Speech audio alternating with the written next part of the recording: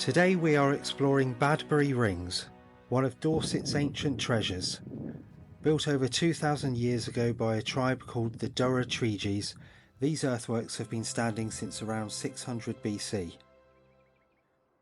Now the Durotriges were known for being fiercely independent.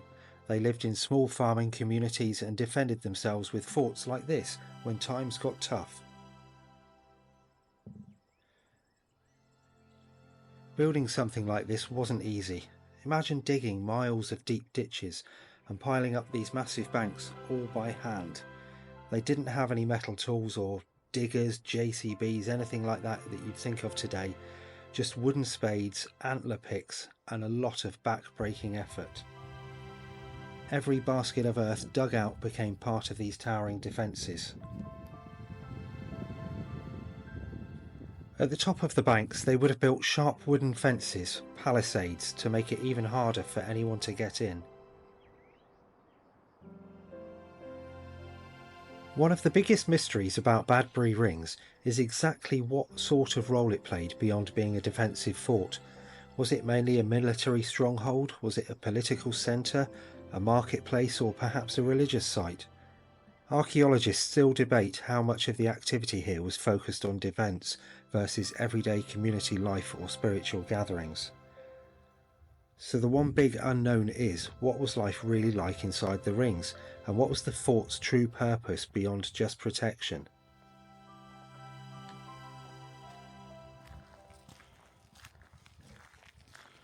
So the reason for all these big earthwork defences was because inside the very top ring you would have had a busy little village. You would have had roundhouses made from timber and mud with thatched roofs. There would have been livestock pens for sheep, pigs and cattle. There would have been smoke rising from the cooking fires, and somewhere on the site you would have had grain pits to store the harvest, safe from the rats and the rain. It wasn't just about surviving either. Badbury Rings was built at a crossroads, important even back then. This place wasn't just a fort, it was also a hub for farming, trade and gathering. From up here you can see why they chose this spot. Long views in every direction, perfect for spotting trouble before it reached the gates.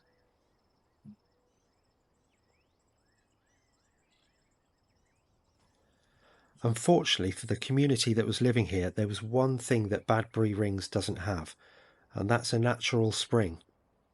Every drop of water had to come from down below, from streams and springs tucked away in the valleys. People would haul it up the hill in jars or leather sacks day after day, and in the wetter months they probably stored rainwater in clay-lined pits just in case.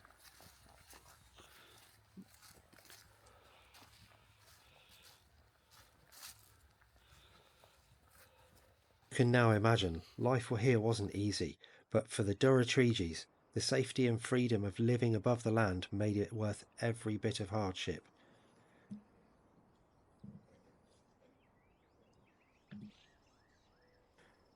There's still more about Badbury Rings being discovered even today.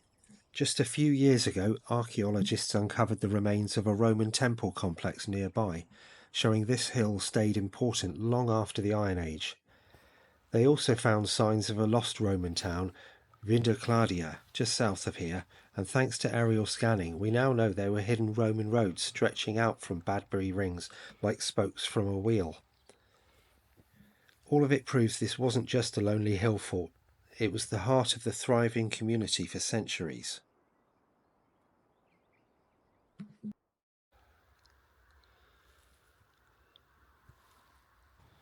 Now, some say the place even has links to King Arthur, although that may just be folklore.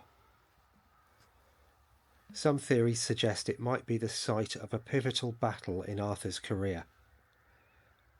And while there's no concrete evidence to support this, the site's location does make it an intriguing candidate. Some researchers believe the hill fort's structure and surrounding landscape might match descriptions of the battle.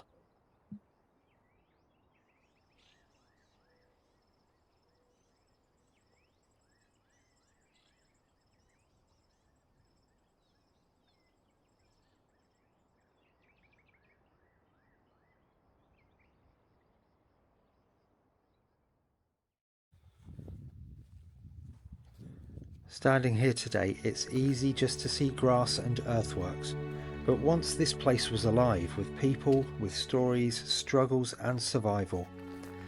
Badbury Rings, where 2,000 years of history still echoes in the hills.